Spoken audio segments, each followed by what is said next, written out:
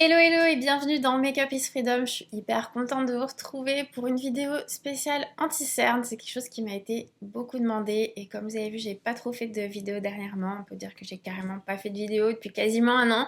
Donc voilà, I'm back et je vais vous raconter tout ce qui concerne l'anti-cerne. C'est quand même un très gros sujet puisque c'est, je pense, un des produits les plus utilisés par les femmes et puis par les hommes aussi parce qu'on a toutes et tous un complexe de nos cernes. C'est ce qui marque notre fatigue. Voilà, on a toute envie d'être plutôt plumpé et sans aucune ombre sur le visage. Alors attention un peu là-dessus, puisque si on va vers une couvrance totale, on n'est pas forcément dans le résultat le plus naturel et souvent c'est là qu'on se dit ah mais dis donc, t'as l'air fatiguée, etc. Mais bref, c'est quelque chose sur lequel je reviendrai en fin de vidéo. Pour l'instant, je voulais déjà un petit peu clarifier le milieu des anti-cernes et ce qu'il y a sur le marché, puisque c'est quelque chose dont on parle beaucoup, mais où on ne sait pas forcément quel est le bon produit à choisir pour soi. Donc déjà un anti-cerne à la base, donc c'est un produit de maquillage plus ou moins fluide qui va nous aider à couvrir nos cernes, ça on a tous et toutes compris, mais souvent on le confond un petit peu avec un enlumineur. Donc l'enlumineur à la base c'est un produit type Touche Éclat Yves Saint Laurent, type celui-ci que j'utilise chez Sisley, le stylo lumière. Et à la base, ça a été fait pour amener de la lumière sur les zones du visage qui sont le plus sombrées. Donc les cernes, les rides qui marquent à ce niveau-là, au niveau du menton, au niveau de l'intersourcilier. Mais pour la plupart des gens, en fait, ça suffit en termes de couvrance. Donc ça peut être un premier niveau d'anti-cerne entre guillemets, même si c'est pas à la base forcément formulé pour ça. En termes de deuxième texture qu'on trouve sur le marché, il y a ce type de produit. C'est donc en général des anti-cernes fluides qui sont au bout avec un petit applicateur en éponge microfibre. Et ça, en général, il y a beaucoup plus de couvrance. Bien qu'évidemment, on trouve des différences de couvrance aussi sur le marché sur ces produits-là. Comme par exemple le Perfect Match de chez L'Oréal, dont je vous avais déjà parlé sur mes défilés, qui est assez léger en couvrance. Jusqu'à la fin du spectre où vous trouvez le Tarte, qui est très connu sur les réseaux, qui a vraiment émergé et qui est un anti-cerne que j'utilise pas mal, mais un petit peu de manière détournée. Vous avez aussi le NARS, le Radiant Creamy Concealer, qui est aussi devenu hyper connu, mais qui existe depuis un petit peu plus longtemps que cela. En troisième type de texture, vous allez trouver des petits pots avec des anti-cernes en crème. Donc ça, c'est celui de chez Glossier qui est très intéressant. Je vais vous le montrer directement sur moi après. Particulièrement quand on commence à rentrer dans la trentaine parce qu'il a un effet un petit peu plumper que moi j'adore. Vous trouvez aussi dans des petits pots en verre comme ça des textures un petit peu plus crémeuses, des textures plus sèches, mais en général c'est voilà, des anti-cernes qui s'appliquent plutôt au doigt, qu'on va légèrement chauffer à l'application et qui ont une texture quand même assez couvrante. Voilà un peu, j'essaye de faire assez simple pour le tour en fait, de ce qui se présente à nous quand on a besoin d'un anti-cerne. Une deuxième solution à ne pas confondre avec l'anti-cerne, c'est le correcteur. Le correcteur, en fait, c'est soit un correcteur de tonalité, donc vous allez trouver des correcteurs vert, orange, rose, jaune même parfois, qui vont servir en fait à rebalancer un écart de couleur pour attraper en fait la couleur du teint. C'est-à-dire que souvent, on m'a posé la question aussi dans mes stories, on conseille de mettre du correcteur orange avant de porter son anti-cerne, avant d'appliquer son anti-cerne de couleur chair en fait. Alors, oui, en théorie, attention dans la pratique parce que ça peut vite faire un peu théâtral, pas trop maîtrisé. C'est-à-dire que c'est bien, mais il faut que ce soit avec des textures très légères et pas trop épaisses qui vont pas plomber, puisque sinon ça va devenir un peu la dominante du dessous qui sera trop forte et ça va faire quelque chose de très bizarre sur le teint. Donc oui, vous pouvez utiliser des correcteurs de couleur avant d'appliquer votre anti-cerne, mais attention, pour moi, avec parcimonie et plutôt sur des textures plus légères, comme par exemple chez Urban Decay, vous avez je vais vous le mettre par ici, un correcteur un peu pêche qui peut vraiment vous aider et qui est qui évite les catastrophes en tout cas, puisque c'est un pêche un peu dilué et ça s'applique très très bien, c'est hyper facile. Ce que vous trouvez comme deuxième sorte de correcteur, c'est les correcteurs de couleur de la peau qui vont plutôt servir à camoufler les imperfections, à camoufler les rougeurs. Et ça, en général, ça passe assez... Enfin, ça passe pas forcément bien en anti-cerne, puisqu'ils sont un petit peu trop secs. Et cette zone du cerne est vraiment une zone spéciale. La peau est plus fine, donc si vous mettez un correcteur épais et sec, comme par exemple le Secret Camouflage de Laura Mercier, j'ai pas mal utilisé, que j'ai utilisé aussi sur mes cernes, mais plutôt dans la vingtaine. Et maintenant, je vois vraiment la différence. On peut pas appliquer ça quand on a des rides de déshydratation, quand on a vraiment cette zone qui s'amincit et qui devient de plus en plus fragile, puisqu'en fait, le produit va plisser, va rentrer dans les ridules. Et voilà, c'est pas l'idéal. Donc gardez vraiment le correcteur peau pour tout ce qui est imperfection, petite correction au niveau du visage. C'est vrai qu'on a un petit peu des fois confondu en France et ça vient encore plus entre guillemets, mettre un petit peu le why dans nos décisions, c'est aussi l'arrivée de mots anglais dans notre choix de make-up, puisqu'on regarde beaucoup de vidéos en anglais, on voit beaucoup de choses sur les réseaux. Et en fait, en anglais, on dit concealer pour un anti-cerne et corrector pour un correcteur. Donc en fait, vous allez voir plein de gens, y compris moi, qui parlent en français en disant je mets mon concealer, je mets mon concealer. Donc voilà. Encore une fois, anti-cerne et concealer, c'est la même chose. Correcteur et corrector, c'est la même chose. Voilà un petit peu pour la théorie de tout ça. Je voulais d'abord répondre à vos questions, puisque j'ai quelques questions en story, avant de faire quelques applications sur moi et de vous montrer quelques textures qui me plaisent bien. Alors, les petites questions, mon téléphone. Tac, tac, tac. Donc ça a commencé par est-ce que j'ai une solution magique pour camoufler de manière naturelle? Comment marche la colorimétrie? On m'a conseillé du orange, mais je ne suis pas convaincue. Alors, ça c'est Olivia qui m'a demandé ça. Merci pour tes questions. Une solution magique pour camoufler de manière naturelle, ça va être plus dans la préparation de ta peau et de pas zapper tout ce qui est soin, skincare, du contour des yeux, de bien connaître et comprendre en fait cette zone chez toi, comment elle réagit, quels produits sont faits pour toi. Et la colorimétrie, en fait clairement, il faut choisir un anti-cerne de la tonalité de sa peau. Pour moi, plutôt dans les jaunes que dans les roses, mais je suis pas du tout une fan des tonalités roses. Je comprends pas trop déjà à qui ça va. Je comprends pas trop pourquoi sur le marché il existe autant de fonds de teint rose par exemple. Mais ça va à la limite aux peaux très très très claires où je sais qu'il y a aussi une part du marché un petit peu plus âgée, vraiment on va dire nos mamies entre guillemets qui adoraient mettre des fonds de teint roses et qui pensaient que ça donnait bonne mine.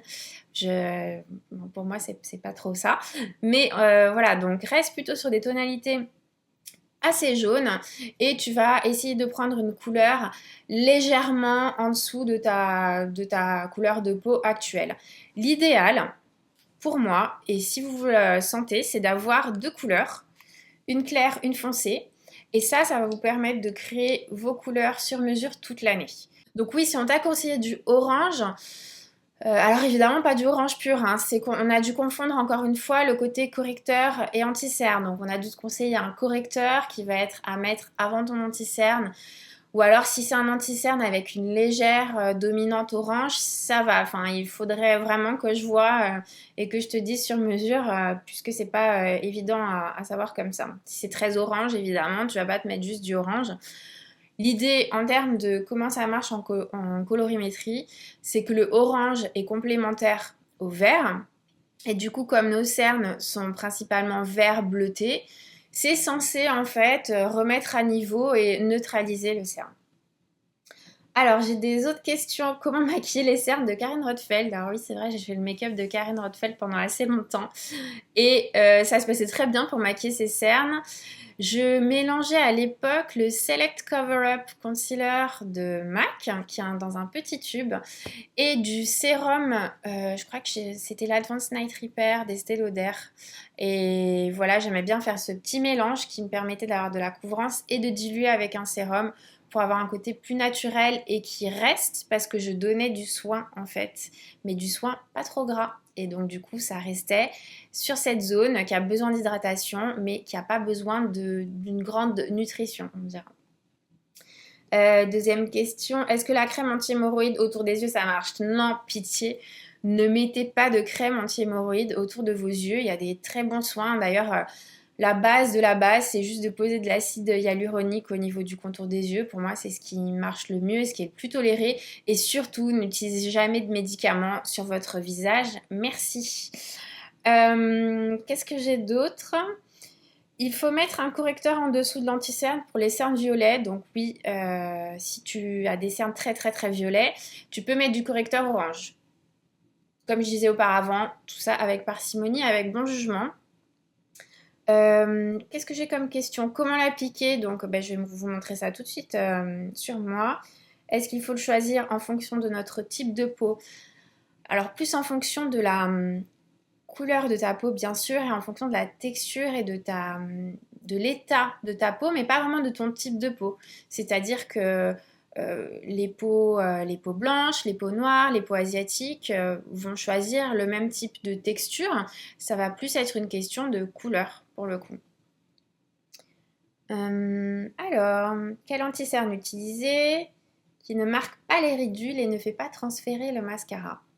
Alors ça, c'est une bonne question parce qu'il y a effectivement des anti-cernes comme par exemple le Glossier qui personnellement fait transférer mon mascara, sauf si j'applique le mascara Glossier qui est un mascara qui se démaquille à l'eau.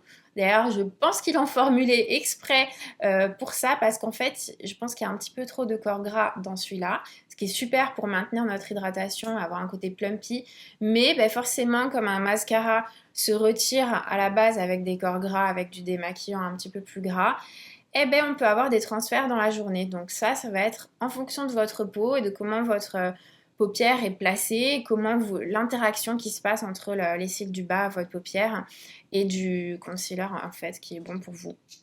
Ça transfère pas du tout.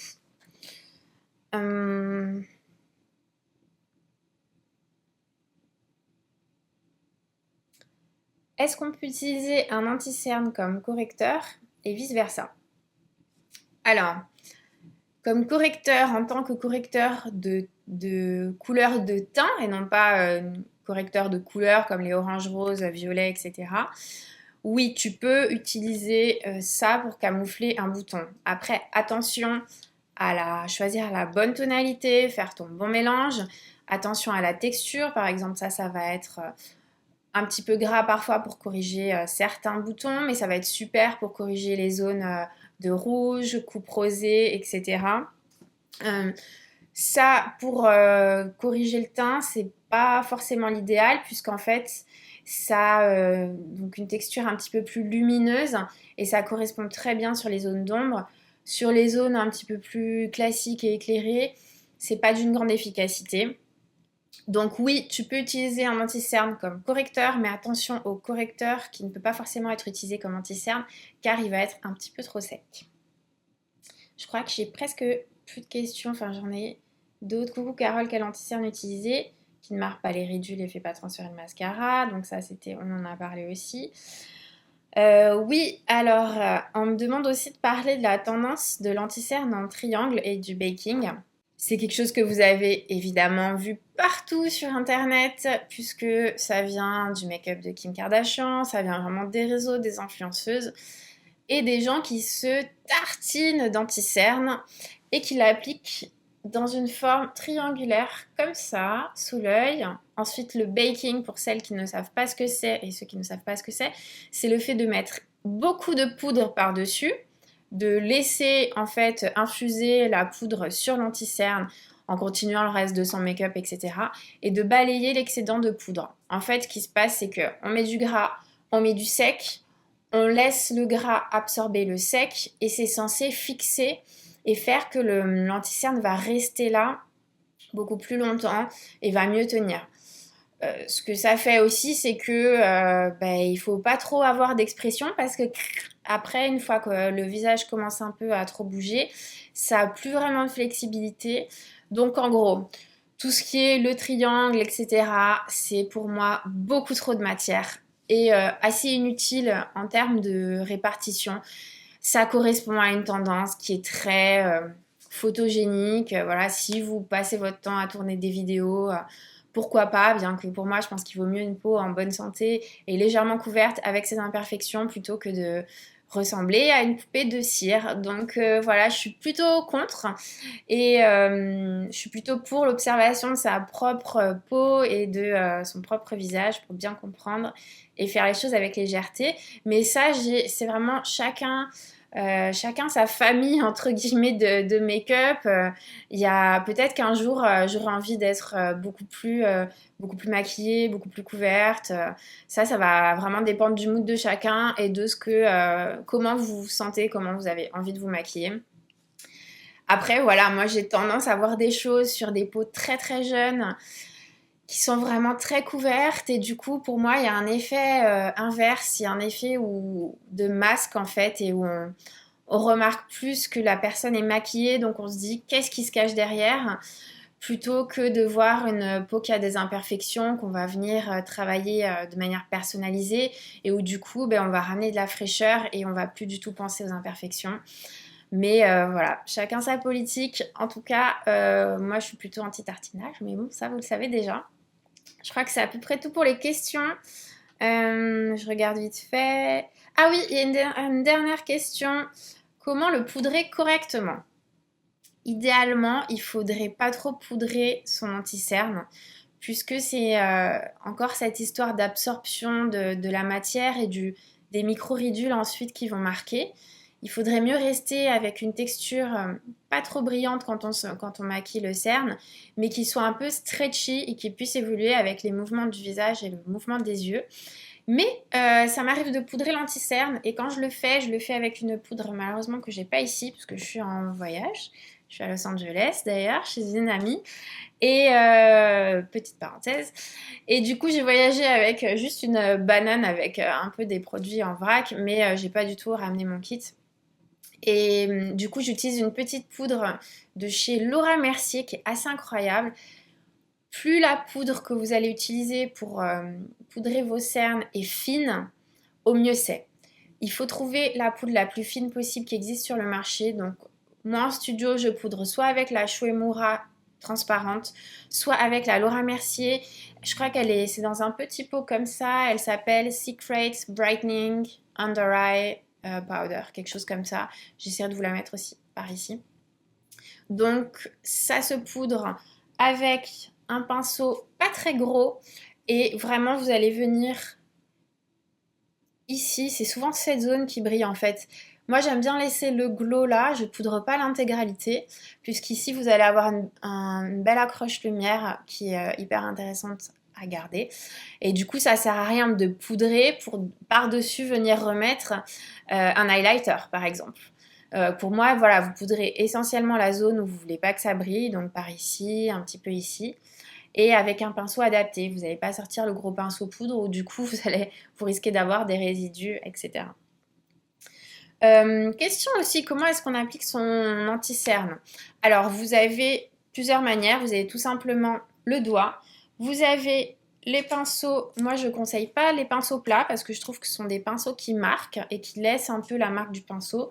Je conseille plutôt des pinceaux comme ceux-là, donc des pinceaux fluffy, ogives, qui vont vous permettre de venir vraiment placer votre anti-cerne. Alors on commence toujours ici, à l'intérieur, où commence le vert en fait et les imperfections. Et voilà, vous allez venir tapoter toujours de l'intérieur vers l'extérieur de l'œil, puisque ça va améliorer la circulation sanguine et lymphatique. Et à la base, pourquoi est-ce qu'on a un cerne? C'est parce qu'on a une mauvaise circulation du sang à cet endroit-là. Donc voilà, vous allez plutôt appliquer dans ce sens-là. Au doigt, je vais vous montrer tout de suite avec le glossier d'un côté. Et au Beauty Blender, évidemment, vous avez des petits Beauty Blenders que je vais utiliser pour le tarte. Allez, on y go. Je me lance à droite pour le glossier. Je vais vous montrer en quoi cette texture est intéressante.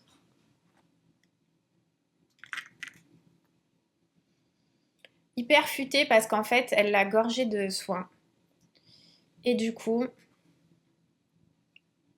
quand on a ce genre de petites ridules de déshydratation, ça marche très très bien.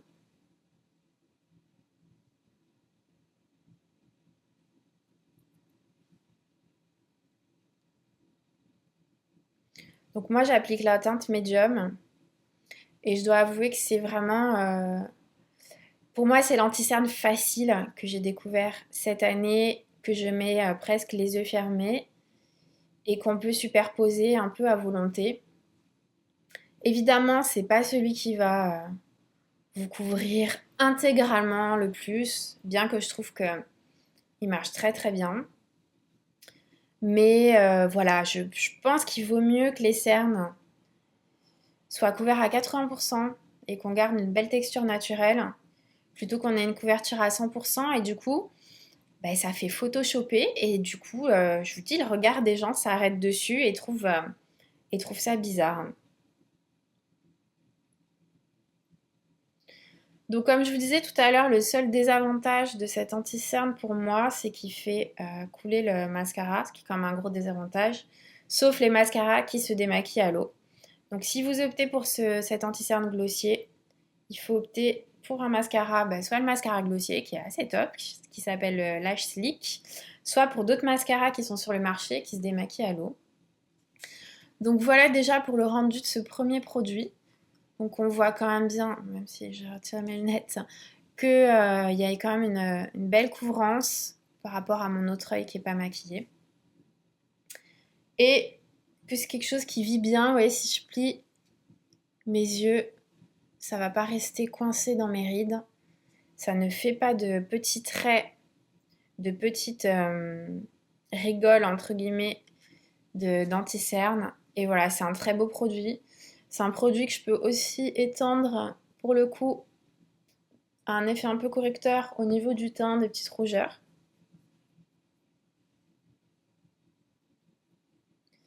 Et qui va m'éviter de marquer.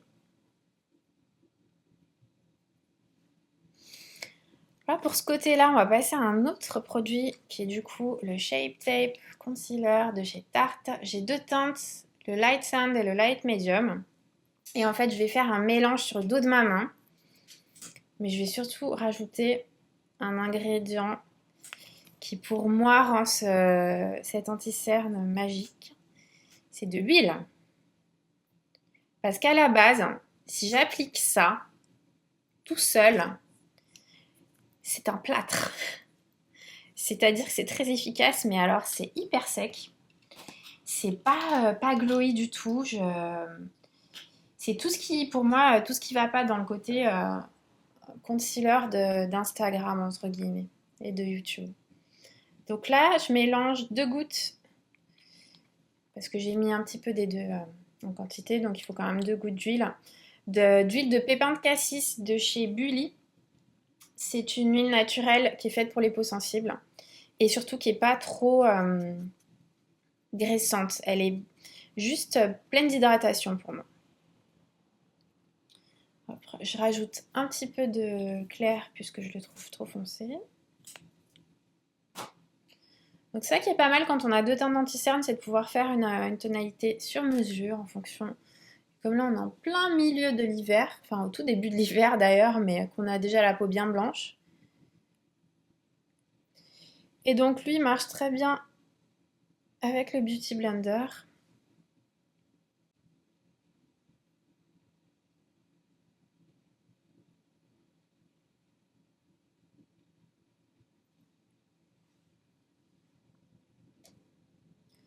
Donc l'avantage quand on applique un anti-cerne au Beauty Blender, c'est qu'on a très vite une sensation de couvrance. Bon, celui-ci, il est un petit peu trop dur, je l'ai acheté ici. C'est pas de la marque Beauty Blender. D'habitude, j'utilise les Emma qui sont super bien et qui sont plus souples. Et lui, il est un peu dur, donc ça, c'est un effet un peu bourrin, entre guillemets. C'est un petit peu plus... c'est moins agréable sur la peau. Il faut plus mobiliser les tissus et c'est pas l'idéal. Mais ça ira très bien.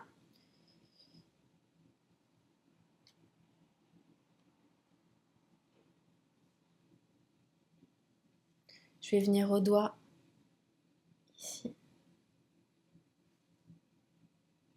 Vraiment pour déposer sur la zone où j'ai besoin de couvrir le plus. Et évidemment, le Beauty Blender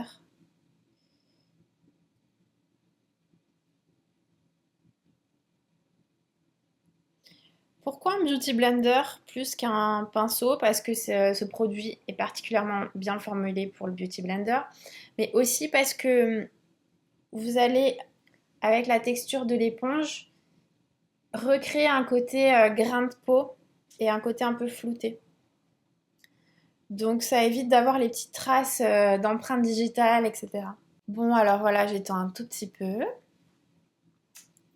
Voilà pour le résultat des Tarte Concealers avec 2 gouttes d'huile de pépins de cassis. Vous voyez que grâce à l'huile, il vit en fait et il s'adapte à ma peau. Et il n'y a pas de... Il est limite sec, hein. On voit que s'il n'avait pas du tout été appliqué avec de l'huile, il aurait été très sec. Mais par contre, il a vraiment un beau pouvoir couvrant et il bouge pas au long de la journée. C'est pour ça qu'il fait partie de mes concealers préférés. Et on voit que d'ailleurs, c'est un petit peu plus lisse ici qu'avec le glossier. Donc voilà, c'est plutôt un duo gagnant. Et encore une fois, vigilance à pas trop de déshydratation à cet endroit-là. Si vous avez... Comment préparer la peau? Et si vous avez la peau trop déshydratée au niveau des rides et que vous n'avez pas mis de soin, appliquez de l'acide hyaluronique en sérum. Ça, c'est celui de Dr. Sturm qui est de l'acide hyaluronique pur et qui est génial. Vous mettez une goutte et ça pénètre instantanément. Je vais vous montrer d'ailleurs, je vais démaquiller un côté pour vous montrer ce que ça donne. Parce que ça, c'est hyper important. Et ça peut sauver vraiment plein de filles et de femmes qui ont vraiment le contour des yeux déshydraté.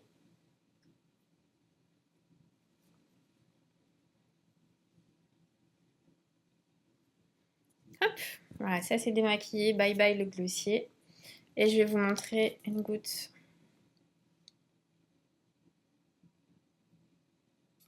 Petite larme d'acide hyaluronique. Donc voilà, on n'hésite pas à le masser. Voilà, ça fait vraiment une super base. Et ça fait aussi un très beau produit de dilution de vos anti-cernes. Si vous avez des anti-cernes un petit peu trop couvrants, ce sera plus aqueux que l'huile, bien sûr. Et voilà, ça aura un côté un petit peu plus léger, un petit peu plus gel dans la dilution. Bon, on est pas mal. Du coup, je profite pour vous montrer le ciselet. Le stylo lumière ciselé. Moi, j'ai la teinte numéro 2. Donc, c'est un principe où on tourne. Le produit sort directement. Et vous voyez qu'il est légèrement orangé. Léger, hein, on n'est pas du tout dans du vrai orange. Le fait de tapoter, ça nous permet de poser le produit, non pas d'étirer les tissus, et de garder la couvrance sans rentrer dans les petites ridules, sans détériorer, sans faire mal au contour de l'œil. Voilà pour ce qui est de la touche lumière, enfin, du stylo lumière. On peut aussi utiliser là. Vous voyez, c'est pas du tout les mêmes, c'est beaucoup plus léger, hein. On garde ce fond vert de cerne, mais ça marche aussi. C'est vraiment ce qui vous convient, le temps que vous avez envie de passer, la texture qui vous convient. Voilà, ça peut largement suffire pour plein de gens. Un petit coup de stylo lumière. Voilà, c'est à peu près tout ce que j'ai à vous raconter sur l'anti-cerne. Ça fait longtemps que j'ai pas tourné de vidéo et voilà, je vais pas vous cacher que ça m'a manqué et que je suis très contente de reprendre la parole avec vous. Donc voilà, c'est un peu le dégivrage là, début d'année et tout. J'espère que cette vidéo vous a plu, que ça a répondu à pas mal de vos questions. J'essaye de réfléchir si j'ai fait le tour de tout. Je pense que oui. J'espère que tout ça, ça a un peu éclairci. J'espère que vous allez bien de votre côté, que vous allez commencer une superbe année. En tout cas, c'est tout ce que je vous souhaite. Moi, je vais remettre mes lunettes pour vous faire des très gros bisous. Vous embrassez très fort encore une fois. Et comme d'habitude, n'oubliez pas, le maquillage, c'est la liberté. Alors, éclatez-vous des très gros bisous. À très vite. Ciao!